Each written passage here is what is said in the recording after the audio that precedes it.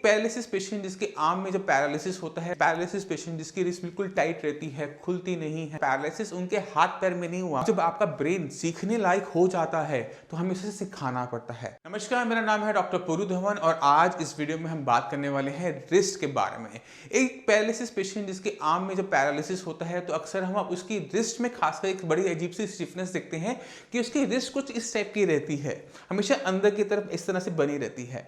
हमें जब तक ये रिस्ट सीधी नहीं होती तब तक फिंगर सही तरीके से काम नहीं कर पाती। मान लो अगर आपकी रिस्ट इस तरह से भी है और आपकी फिंगर्स चलनी भी शुरू हो जाए तो भी आपको चीज़ों को पकड़ने और छोड़ने में दिक्कत महसूस होती है। इसी वजह से आज हम लेकर आए हैं ये एक छोटा सा एपरेटस है जिसको यूज़ किया जा सकता है पैरालिसिस पेशेंट द्वारा, जिसमें उनकी जो रिस्ट है, रिस्ट की जो एक्सटेंशन है वो करवाने में ये इक्विपमेंट हेल्प करता है। तो ये इक्विपमेंट हमने अमेजोन से लिया है, आप इसको अमेजोन से ले सकते हैं। इसका लिंक हम इस वीडियो के डिस्क्रिप्शन में डाल देंगे। तो हमने क्या करना है, हमने इसको वेयर करना है। इसमें अपनी फिंगर्स अगर आप एक बार फंसा लेते हैं तो अगर इसमें आप ध्यान से देखें तो ये जो स्प्रिंग्स लगे हुए हैं ये आपकी रिस्ट को पीछे की तरफ खींच के रखती है। अब हमने क्या करना है, जब भी कोई पैरालिसिस का पेशेंट, खासकर साइंस इंजीनियरिंग का पेशेंट, तो हम पहले क्या करेंगे, हम अपने रिस्ट पे आराम से पहले थोड़ी सी ऑयल लगाएंगे जिससे यहाँ की जो मसल्स हैं वो रिलैक्स हो सके। इसके बाद हमने इस एपरेटस का यूज़ करना है। इसको आप पहन लेंगे तो इस स्प्रिंग के फोर्स की वजह से आपकी जो रिस्ट है वो पीछे की तरफ इस तरह से बनी रहेगी। अगर आपके हाथ में स्टिफनेस है तो हो सकता है कि आपका हाथ यहीं तक जाए, मगर एक कॉन्टिन्यूस जो पुल होता है स्प्रिंग का वो आपको मिलता रहेगा और आप देखेंगे कि कुछ टाइम में ये आपका जो रिस्ट है वो खुलनी शुरू हो गई।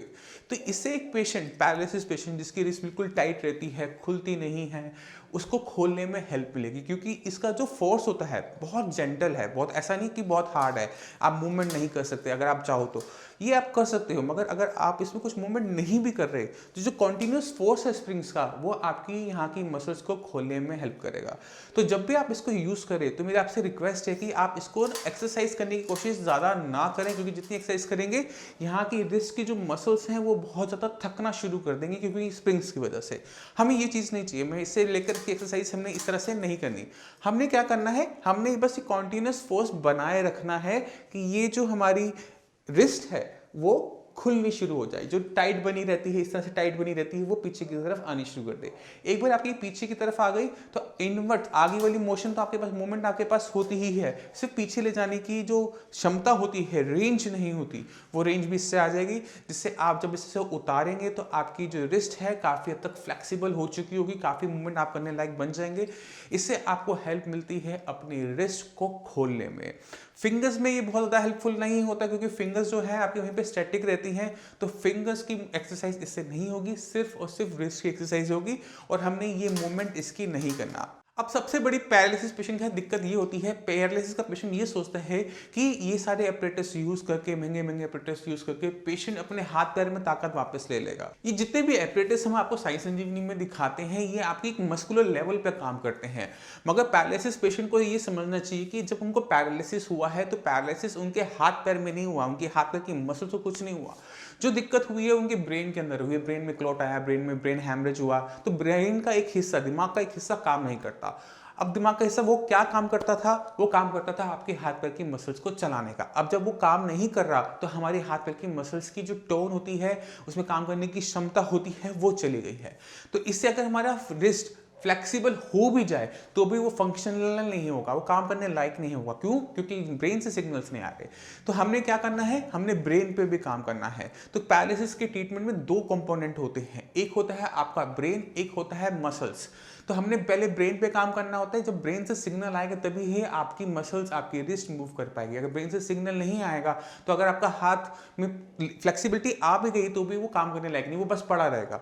तो हमने क्या करना है, पहले ब्रेन से सिग्नल लाने हैं, उसके बाद यहाँ की जो मसल्स में डिफॉर्मिटी हो गई है उसको हटाने के लिए हमने इन सब चीज़ों का यूज़ करना होता है। अब हम सब जानते हैं कि ब्रेन का जो टिश्यू होता है, अगर वहाँ पे क्लॉट पड़ता है, ब्रेन स्ट्रोक आता है, तो वहाँ पे खून ना पहुँचने की वजह से, ऑक्सीजन ना पहुँचने की वजह से वो पर्टिकुलर जो एरिया होता है वो डैमेज हो जाता है। अब जब वो डैमेज हो गया, मर गया है, तो वो जिंदा तो हो नहीं सकता।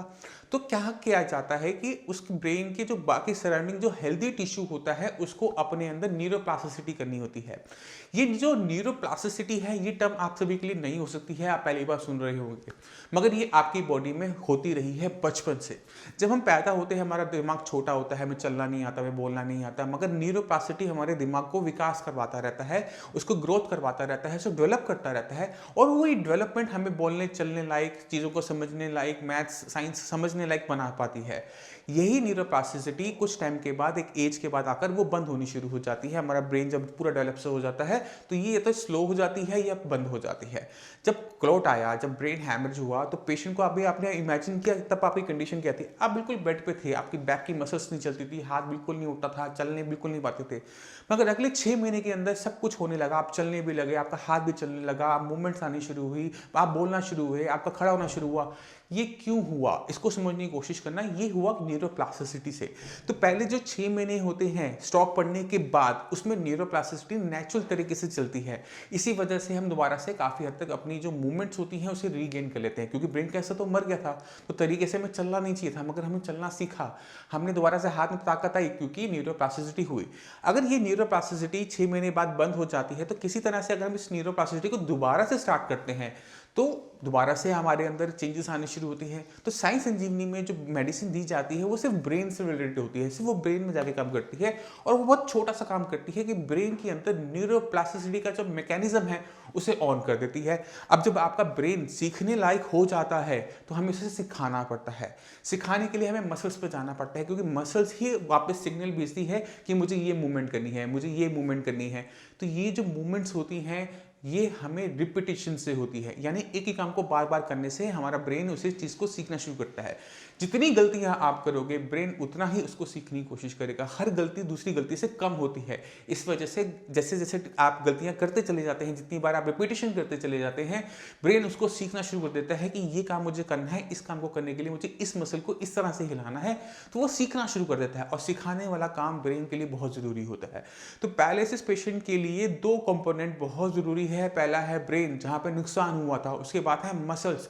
दोनों ही चीज़ें सही होंगी तब जाके पेशेंट की मूवमेंट, रेंज, पावर सब वापस आती है। तो कोई भी पैरालिसिस का पेशेंट गलती से भी ये ना सोचे कि इन इक्विपमेंट को यूज करने से उनके हाथ में ताकत आ जाएगी। अगर वो पहले 6 महीने के अंदर है, स्ट्रोक हुआ है, अभी सिर्फ पहले के 6 महीने हैं, तो आप बिना मेडिसिन के भी काफी हद तक अपनी रिकवरी कर सकते हैं। मगर आपके ये 6 महीने अगर आपके हाथ से निकल चुके हैं तो आप कुछ भी कर लीजिए, आपके हाथ में सिर्फ पावर आएगी, आपके हाथ में रेंज नहीं आएगी, यानी मूवमेंट पूरी नहीं होगी। जो मूवमेंट कर रहे हैं उसमें जरूर ताकत आ सकती है, मगर हम उससे ठीक नहीं हो सकते। यही सबसे बड़ी दिक्कत है पैरालिसिस के लिए। इसलिए आप बहुत पुराने पैरालिसिस के पेशेंट अपने घर के आसपास भी देखते हैं कि पेशेंट को बहुत साल पहले पैरालिसिस हुआ था, अब तक उसको दिक्कत आ रही है, क्योंकि वो सिर्फ मसल्स पे काम कर रहा होता है।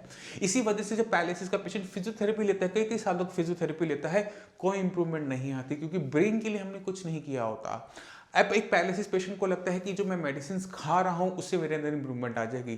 तो जितने भी पैरालिसिस के पेशेंट है इस वीडियो को देख रहे हैं, मैं चाहता हूं कि वो अपनी मेडिसिन की लिस्ट निकालें और एक एक मेडिसिन को अपने आप खुद ब खुद गूगल पे सर्च करना शुरू करें कि वो कौन सी मेडिसिन किस पर्पज से ले रहे हैं। आपको बीपी की मेडिसिन मिल जाएगी, कोलेस्ट्रॉल की मेडिसिन मिल जाएगी, शुगर की मेडिसिन अगर आपको शुगर है तो मिल जाएगी, आपको मल्टीविटामिन मिल जाएंगे, मगर कोई भी मेडिसिन ऐसी नहीं मिलती जो आपके ब्रेन में जाके कुछ काम करे, ब्रेन के अंदर न्यूरोप्लास्टिसिटी को प्रमोट करे। इसी वजह से पैरालिसिस के पेशेंट बहुत लंबे टाइम तक अपनी पैरालिसिस से जूझते रहते हैं, क्योंकि वो पैरालिसिस के ट्रीटमेंट को सही तरीके से समझते नहीं है। पैरालिसिस के ट्रीटमेंट में ब्रेन भी उतना इंपॉर्टेंट है जितनी आपकी मसल्स, ब्रेन भी उतना इंपॉर्टेंट है जितनी आपकी फिजियोथेरेपी, क्योंकि अगर ब्रेन में डेवलपमेंट नहीं हो रही, आप फिजियोथेरेपी करते रहेंगे, आपको कोई बेनिफिट नहीं मिलेगा। यही सबसे बड़ी दिक्कत है, यही सबसे बड़ी इंफॉर्मेशन है जो एक पैरालिसिस पेशेंट को समझना चाहिए अपने ट्रीटमेंट के अंदर। मैं उम्मीद करता हूं इस वीडियो से आप इस अप्रेटिस को यूज करना समझ गए होंगे, किस तरह से हम अपने रिस्ट में ताकत लेकर आ सकते हैं उसको समझ गए होंगे, किस तरह से उसमें जो स्टिफनेस है उसको दूर करना है वो समझ गए होंगे, किस तरह से न्यूरोप्लास्टिसिटी को ऑन करके एक पैरालिसिस पेशेंट अपने हाथ पैर में दोबारा ताकत ले सकता है, आप इसे समझ गए होंगे। फिर भी आपके माइंड में कोई भी डाउट हो, कुछ भी पूछना चाहते हो, तो नीचे दिए हुए नंबर पर कॉल कर साइंस इंजीनियरिंग डॉक्टर से आप फ्री ऑफ कॉस्ट कंसल्टेशन ले सकते हैं। आप अपॉइंटमेंट लेके मुझसे आकर मिल सकते हैं। अब इसी के साथ आपके विषय में चलने की आगे चाहूंगा। मिलते हैं अगली वीडियो में, तब तक के लिए धन्यवाद।